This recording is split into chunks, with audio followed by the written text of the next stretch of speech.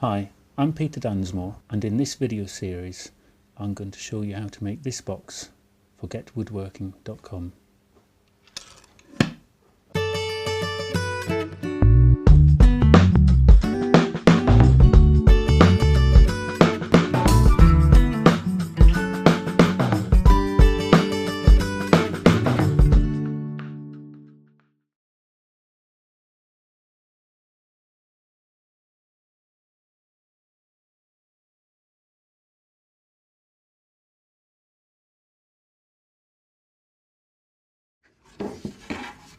This is a piece of cherry which is plain to 14mm thickness by 135mm wide, although it doesn't really matter because your measurements are going to be governed by the size of the box you want to make. In this case I'm looking at a box 300mm by 210mm. So I've got a length of cherry about 1200mm long, and the secret to this is to mark it out so that the grain follows through on at least 3 of the corners. Now, as you can see, there's a reasonably decorative part here.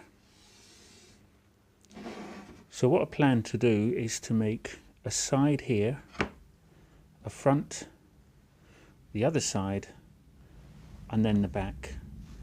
And depending on the timber used and the grain layout, it's possible this will sort of match the end here reasonably, but at least it's the same piece of timber and it's at the back of the box, so you're not going to see it anyway. The important thing is, here's the front, there's the side, there's the other side, and the grain will flow through the corners, and that's what makes a box attractive. So to begin with, we'll mark out, I'll make that the side, that the front, because I quite like the look of that. It's quite pretty there. So we'll make this the end. So the first thing I'll do is I'll draw a square line to that.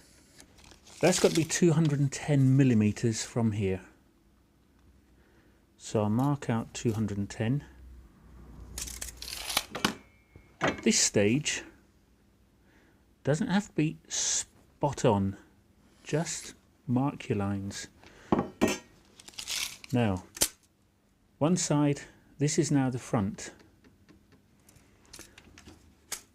Now, this is going to be 300mm long, but you've got to allow a little bit for the thickness of the blade when you cut it. So I'll allow 10mm and draw another line.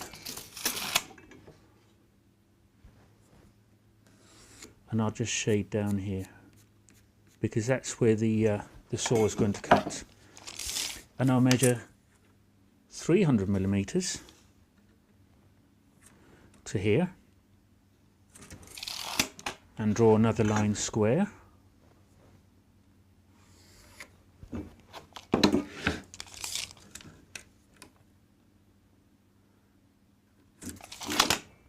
Another 10mm and shade it because that's where that saw cut will go. 210 again.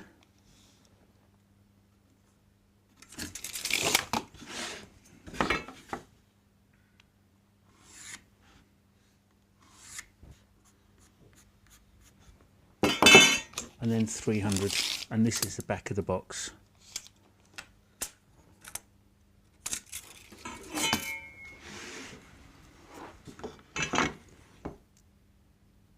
There we go. Now, it's fairly easy with this timber, but in some timbers it might be a little bit bland. It might be a bit difficult to match up the corners. So what I usually do is I write back, side, front, side. And by writing it along the top, I know when I assemble the box it's going to be easy enough to work out which is which, where it goes, and the wording is at the top of the box. So when I'm actually cutting the rebates, I don't cut the rebate on the wrong side, which is easily done because although the box will go together, the grain won't flow around. So we'll take it from here. We can now take it to the table saw and cut this piece of timber into the 4 component parts. Okay, I've secured a longer fence guide of MDF on here, but it's left slightly over long here, and what I'll do is just run it through the saw.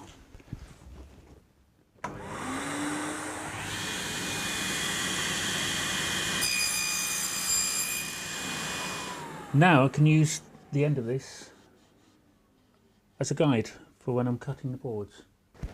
Now we'll lower the blade to a little over the thickness of the boards.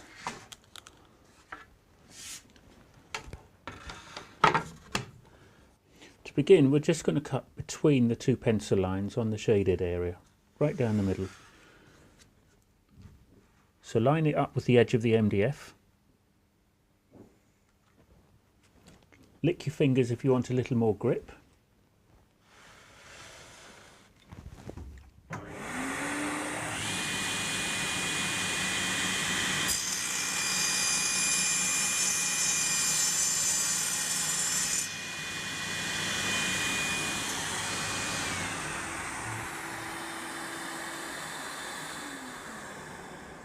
Take one side away,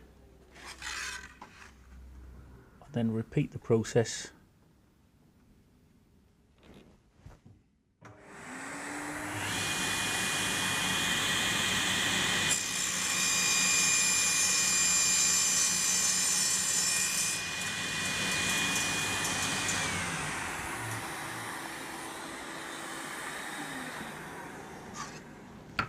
Now, got a front, 2 sides and a back. The important thing is that both front and back are the same length and both sides are the same length. So we'll just trim up one end of each board accurately on the pencil line. Line the pencil line with the edge of the MDF.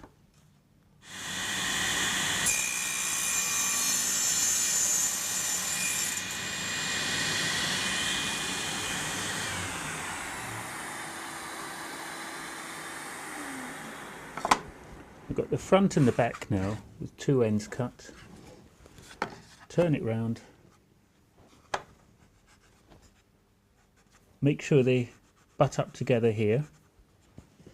Line it up.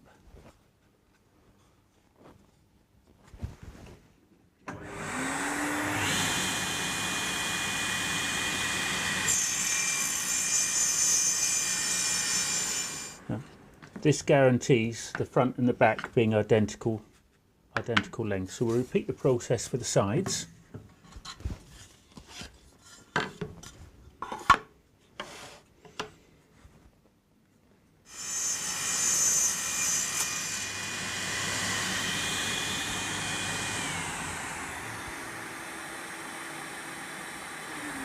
Now you've got 2 sides identical. The front and the back identical, and now we can go and rebate the edges.